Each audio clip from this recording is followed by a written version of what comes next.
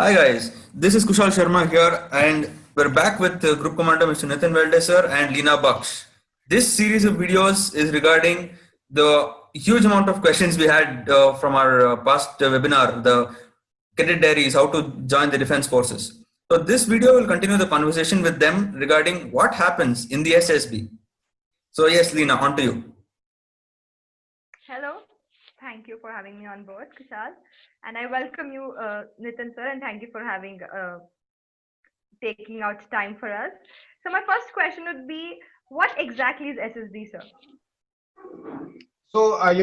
We are back again, and always, like I've been saying, that an excellent webinar we had about SSB, and we are going into the slightly more details about SSB today. And to answer your question, Leena, SSB full form is Services Selection Board. So the words are very self-explanatory. It is about the Indian Armed Services.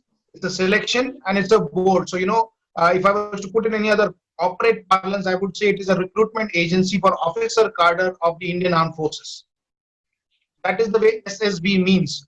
A lot of people get confused and get a little bit bogged down about SSB. क्या है कुछ नहीं है वो आपका interview लेने वाले हैं and they're going to judge a few of your caliber and your things, and so it's like an interviewing process. Okay, thank you, sir. So what exactly happens in an SSB, sir? Like, is it a one-day program just like any other interview, or do we have different things there? So an SSB is a 5-day interview process. And when I say 5-day interview process, I'm saying, suppose a candidate from the Indian NCC, as you explained in the earlier video, if the particular cadet is now found feasible and has maintained all the required camps and other things, that particular cadet will get a call letter for reporting to a certain SSB. Now, the services selection boards are all over India. They could be, in Gandhinagar, Mysore, Bangalore, Varanasi, and Dehradun. So I'm just taking a few names: Bhopal, Allahabad, and so on and so forth. So the particular cadet would get the invitation letter, and at the cost of Government of India, the cadet travels there. And the whole SSB, the whole full SSB starts on a Monday, and it's a 5-day process. The entire thing is called as SSB, and once a cadet reports to day 1, more often than not, other than the Air Force, the particular cadet and the candidate completes the entire 5 days. Okay, so that is point number 1 that people need to understand. Coming to your secondary question as to what is happening, I'll first explain you that the SSB is made up of 3 main parts. Okay, and what are the parts? The first part is called as a psychological assessment of that particular candidate. The second part is what is called as a group testing of that, again, same candidate, and the third part is called as the interviewing process. Now, what happens in each of these is a certain set of your parameters is weighed or is assessed. What we need to understand, Leena, is what is the SSB wanting from us? If you look from a corporate parlance, the recruiter is looking for a certain kind of skill set that you have. So the SSB is looking for a particular candidate who has combat leadership potential. I'm going to explain these 3 words. Combat, why? Because finally the armed forces are meant to treat their officers so that they can lead their men into combat. That's where the word combat comes. Leadership, why? Because you are supposed to be a leader. Finally, at the end of the day, you are there recruited by the armed forces to lead your men into war.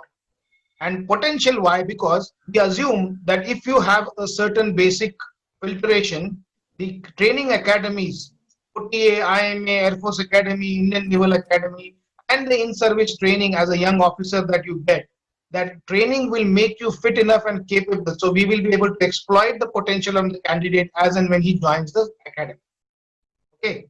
Now I'm coming to the first part of what I was explaining, what happens in a psychological assessment, right?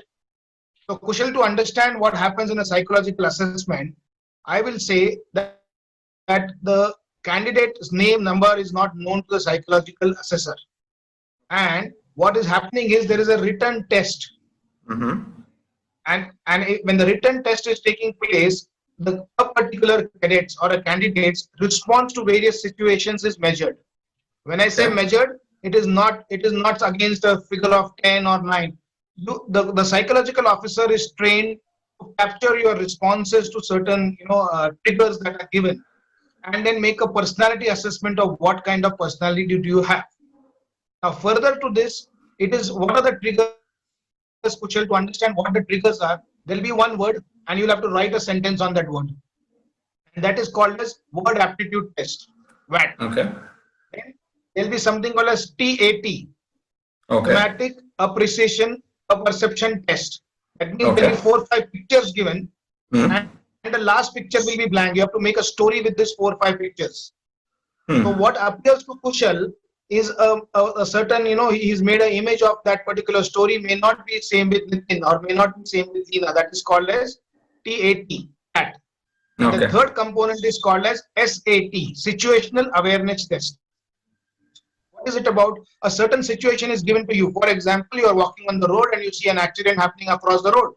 And the candidate is supposed to respond to that situation when the whole, these 1, 2, and 3 are mixed together, and a trained psychologist interprets the personality of that candidate. He makes a holistic view of what that candidate is all about. Okay, so what you're telling me is when all these tests are happening, they're basically, they're going through us and they're scanning us and making a personality of like what we are in their point of view, right? Okay. Absolutely. Against the parameters that they have been trained, and they're very, very highly trained and experts at their field. Okay. This is what I am. Now, the other thing, this is one part of the story is over. The second I was telling you comes as a GTO, Group Testing Officer. Finally, you will agree with me that in the armed forces, you will finally be working with the most important asset of the armed forces, that is the people of armed forces, your soldiers, your officers. Yes, what is correct. To be seen there? How well are you a team member, and how can you lead team? Can you quickly switch your roles from a leader to a follower? Can you take charge of situations? So the group testing officer will take you on the field. When I say field means, अभी तक psychological officer ने आपको pen pencil से कुछ कराया था. The GTO will take you onto the field. There will be an obstacle course. There will be some kind of simulated exercises wherein they will give you a problem and they will see how do you take charge of the situation and solve that problem with the help of the teammates that are there. So your resources in armed forces is what are the resources available? You have to fight a war with that. So I'm simulating conditions like that. The other thing you have to understand is the GTO also observes you. How do you respond in a group discussion exercise? So there is a group discussion among 8-10 people, and all the candidates, the group discussion is happening. He assesses you. How do you take part, and so on and so forth. And the third thing he does is there is an extempore also. So a topic is just given 2 to 3 minutes before your thing is ready, and then you go and talk on that topic. So to sum it up, I'm saying that the group testing officer, Lina, will assess you about your interaction with other people. Right, Kushal? Yes, so that's basically assessing you, how well you interact and go ahead with your teammates and how you work with them. Absolutely right. Okay. Now coming to the third part of what I was telling you earlier, the interviewing officer. Now the interviewing officer spends time with the candidate one-on-one. So let us go back. The psychological officer has never met you. He doesn't know what your height, weight, how do you look. He doesn't know at all. The GTO has seen you in the context of others. Now comes the last time, that is the interviewing officer meets you one-on-one. So that's basically like a HR round, like the final round before you get your letter. That's right. And the interviewing officer is also very, very highly trained senior officer of the armed forces, and he has got a certain pattern of trying to interact with you over a period of about 35 to 40 minutes. He's got you are supposed to give your biodata as you are reporting for SSB. So depending on your biodata, he's going to kind of lead you to certain questions and assess your personality on the given framework of parameters that he has been given. So let's say it was Kushal, you were there, you've done NCC and you've done so much of rifle shooting. So you would have written that, that I would have done this. So he would lead you on to a question and say, oh, that's your passion. So how does this gun operate, or which is a better gun? What is your, so it is also trying to assess that if you have written something about a subject, have you actually done it? Okay. So it's basically assessing you as to how much you know what you are. Absolutely. And on one-on-one, he's trying to get into your family background a little bit and what you are as a personality, what have you done before, and your thoughts on various issues is what it triggers. Now, after this happens, Kushal, on the 5th day, which people say that it's a conference day. So on the 5th day, there is a conference. Okay. And the three of them discuss the candidate the first time in the conference. So the psychological officer, the GTO, and the interviewing officer are together, and they say one by one, let us discuss candidate number so and so. Mind you, Kushal, at the SSB, you are not going to be referred as Kushal Sharma or Nitin Velde. Yeah, I have heard you have given me, you'll be given a chest number so that you will be referred with until you're completed their interview and stuff.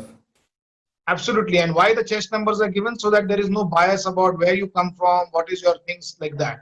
And at the point I'm trying to say is, during the conference, they will discuss a particular candidate. And if all three of them show a thumbs up, the candidate is recommended for the next stage. If there are some discussions that happen, there could be a little bit of deliberations, and a result is known to that candidate that you are not recommended or recommended. So this is the overall format of all the 5 days. That candidate reports to SSB, and thereafter at the end of the conference, he gets a final answer. Yes, candidate chest number so and so recommended for medicals. So it is that the candidate is recommended for the next stage. Please remember, it is not that the candidate is selected for the armed forces. The candidate only gets recommended for the next stage, which is medicals, and depending on the service that the candidate has chosen, Army, Navy, Air Force, certain medical standards are seen in the medical test. And after the medical, there is a merit list that is drawn, and after the merit list, depending on the number of vacancies, the particular candidate will be given a what is called as a call letter. So this is from the starting point what Leena asked me. What is an SSB? 5 days, complete that, get recommended for medicals, and just wait. In the meantime, do prepare for your other, graduation exams. Don't fail in that, because there are a lot of cadets at times who pass everything but cannot clear sometimes the main graduation. So this is about the SSB, and yeah, in the next maybe video we'll take on certain things about how do we prepare. So back to you, Kushal. Yeah. Yes, sir. Thank you very much for your valuable inputs. Hope that answers all your queries, Leena. Yes, it did. Thank you, sir. Okay, thank you guys for your time, and we'll get back to you in another video. Thank you, sir, for being online. Thank you, Leena, for your time. All right, guys. Thank you. Thank you. Bye-bye. See you.